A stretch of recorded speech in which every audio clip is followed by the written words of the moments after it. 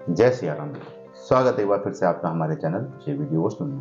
पिछले एपिसोड में हमने देखा किस प्रकार से प्रभु श्री राम जी ने जो ज्ञान दिया उससे महर्षियों की जो अज्ञानता है वो दूर हुई और उन्हें शास्त्रों में लिखे हुए शब्दों का सही अर्थ समझ में आया। जिन शब्दों का अर्थ ऋषि मुनियों ने गलत निकाल रखा था, या यूं कह लें कि जो प्रथा के रूप में हमारे समाज में टहल रही थी कि बलि के उपरांत ही एक अश्वमेध यज्ञ संपूर्ण होगा, उसे प्रतीकात्मक बलि का रूप दे करके प्रभु श्री रामचंद्र जी ने पूरी अयोध्या नगरी के सामने एक बहुत ही कोमल हृदय प्रस्तुत किया और इस प्रस्ताव को पूरी अयोध्या नगरी ने स्वीकारते हुए कहीं ना कहीं प्रभु श्री रामचंद्र जी को बहुत धन्यवाद किया है। अच्छा, गुरु वशिष्ठ जी ने इसको आगे और अच्छा रोटेट कर दिया कि उन्होंने कहा कि जो भी आपने स्वर्ण का पशु बना रखा है उसकी जब बलि दी जाएगी तो वो सामाजिक कार्य में ही इस्तेमाल किया जाए, जैसे कि चिकित्सा, स्वास्थ्य और शिक्षा, जो भी अयोध्या नगरी में समस्याएं हैं प्रजाजन की वो सारी हल होंगी। अब उधर दूसरी तरफ स्वर्ण मृग की तलाश में माता सीता वन में पहुंच चुकी हैं अपनी 3 बहनों के साथ। अब अचानक से सहसा एक बहन गिर जाती है उनकी, मेरे ख्याल से शुद्ध गिरती है। अब वो गिरने के उपरांत हिरण के रास्ते में ही गिर जाती है। अब देखना यह है कि हिरण से उनका बचाव मां सीता किस प्राकृतिक रूप से कर पाती हैं या क्या होता है, ये जानने के लिए हमें चलना पड़ेगा एपिसोड में। तो बिना विलंब के शुरू करते हैं एपिसोड 31 पार्ट 1।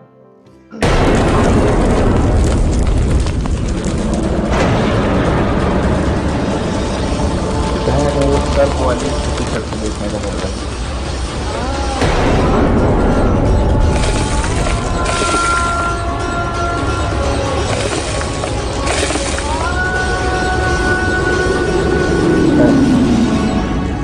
बाइक हो गई लगता है यार, साइड से निकल जाएंगे। मुझे लगा जंपिंग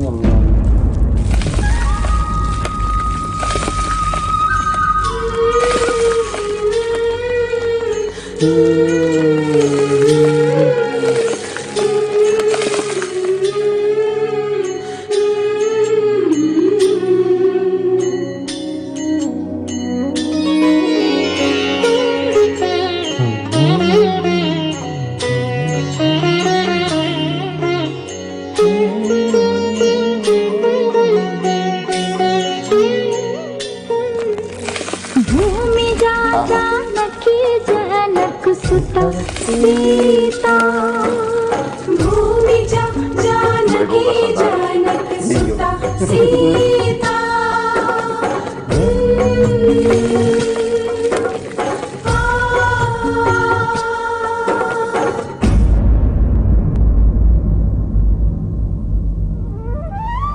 मेरा भरत आ रहा है। भरत लौट रहा है मंथरा, मेरा पुत्र लौट रहा है। अपनी मां को उसका सम्मान दिलाने के लिए भैया युद्धजीत ने लिखा है कि भरत में परिवर्तन देखकर मैं चकित रह जाऊंगी। वो संपूर्ण योद्धा बन गया है, उत्तराधिकारी बनने की योग्यता में राम के बराबर है, अपने अधिकार को पाने में पूर्णतः तैयार। के लिए मैंने इतने वर्ष अपने पुत्र को अपने आप से दूर रखा मंथरा, और अब वो क्षण आने वाला है। मेरी तपस्या सफल होने वाली है मंथरा, मेरी तपस्या सफल होने वाली है। कैकेयी,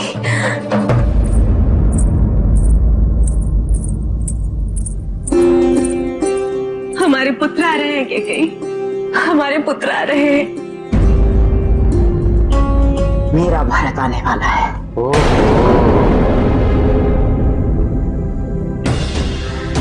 और इतने वर्षों पश्चात मुझे तो समझ में नहीं आ रहा है कि उनके स्वागत में क्या करूं और क्या नहीं, पर एक बात तो निश्चित है, उन दोनों की अपेक्षा अवश्य होगी कि उनकी माताएं उनके स्वागत में उनके प्रिय व्यंजन बनवाए।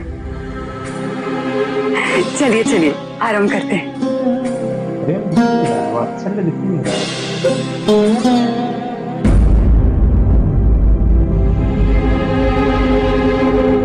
क्या हुआ, आओ ना कैकेयी। दीदी, आप व्यंजनों की तैयारी कीजिए।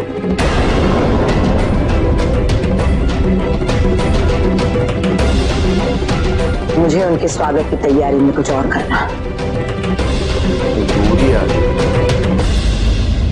हाँ कैकेयी दीदी, विचार अच्छा है। अगर हम तीनों पाकशाला में ही व्यस्त हो जाएंगे तो अन्य जिम्मेदारियां कौन संभालेगा? दायित्व बांट लेते हैं। चलिए दीदी।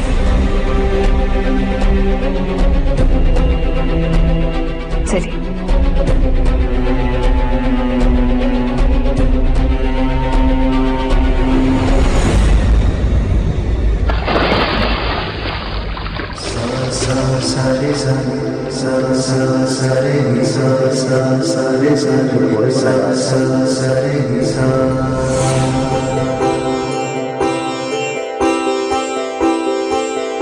आज से ये मेरा अश्व होगा। आप तो सब जानते हैं राम, पशु सब समझते हैं। इसे आभास है आपने इसके लिए जो कुछ भी किया है, ये सदैव आपका साथ देगा।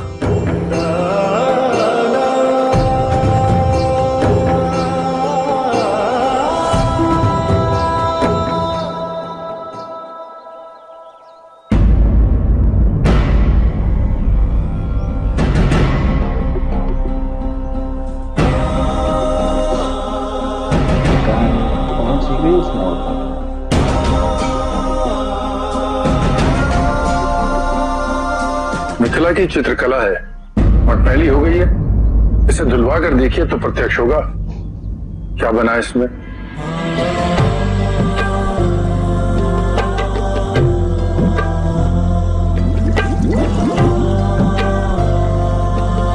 ये किसने बांधा? इतनी अनुकंपा, इतनी संवेदना तो वैदेही की राजकुमारी में ही हो सकती है। वैदेही की राजकुमारी? हाँ युवराज, महाराज श्रीधर जनक की ज्येष्ठ पुत्री सीता।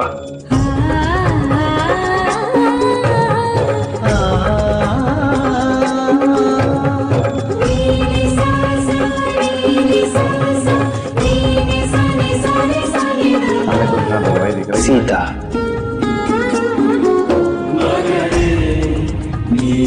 जब हमारा अश्व उनके राज्य में पहुंचा तो राजकुमारी ने हमारा मार्ग रोका।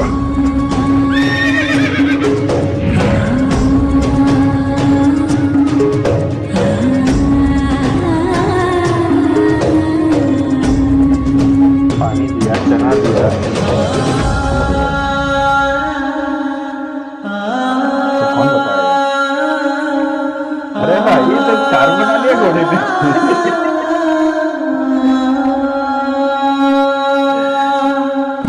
सुमित्रा, तुमने सुना कैकेयी ने क्या कहा? मुझे तो ऐसा कुछ भी नहीं लगा। आप व्यर्थ में चिंता कर रही हैं। मेरा पुत्र? आज से पूर्व हम तीनों में से किसी के मुख से ऐसी बात नहीं निकली थी, भूले से भी नहीं।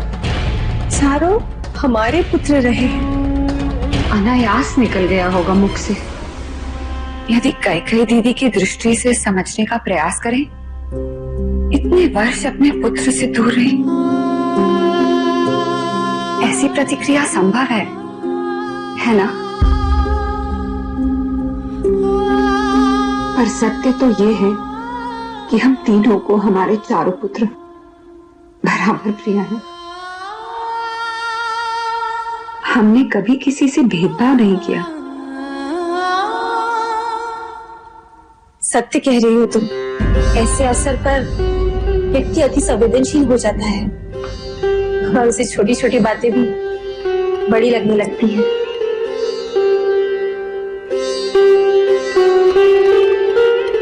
और मुझे प्रसन्नता होनी चाहिए थी और मैं हूं कि ये बात लेकर बैठ गई। अब जब भरत और शत्रुघ्न आ जाएंगे, राम और लक्ष्मण के जीवन में जो अधूरापन हो गया था अब वो दूर हो जाएगा। हम तो कितना याद करता है उन दोनों को। चारों भाई साथ में होंगे। नारायण करे इनके प्रेम पर किसी की कुदृष्टि ना पड़े। आपने मेरे पिता को वचन दिया था कि मेरा पुत्र आपका उत्तराधिकारी बनेगा। मेरे बाद मेरा ज्येष्ठ पुत्र राम ही मेरा उत्तराधिकारी बनेगा। सुमित्रा, क्या हुआ सुमित्रा? बोलो। कुछ नहीं दीदी, वो बस चारों भाइयों को एक साथ देखने की बात सुन के मैं भावुक हो गई। मुझे क्षमा कर दीजिए। नहीं सुमित्रा, नहीं। इतने वर्ष तुमने प्रतीक्षा की, कभी अश्रु नहीं बहाए। ये तो विरह की पीड़ा है। बहुत धैर्यवान हो तुम सुमित्रा, बहुत साहसी। आज तो बहुत आनंद आया मृग देखकर, और ये सब सीता दीदी के कारण। सीता दीदी के कारण ही बच पाई मैं। पता नहीं कैसे गिरी मैं।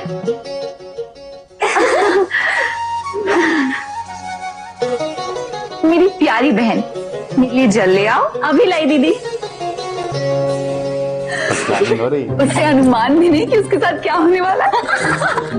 उसे बता क्यों नहीं रही हो तुम दोनों?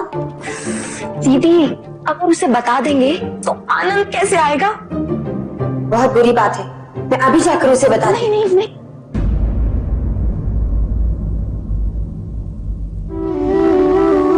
दीदी, ये लीजिए जल।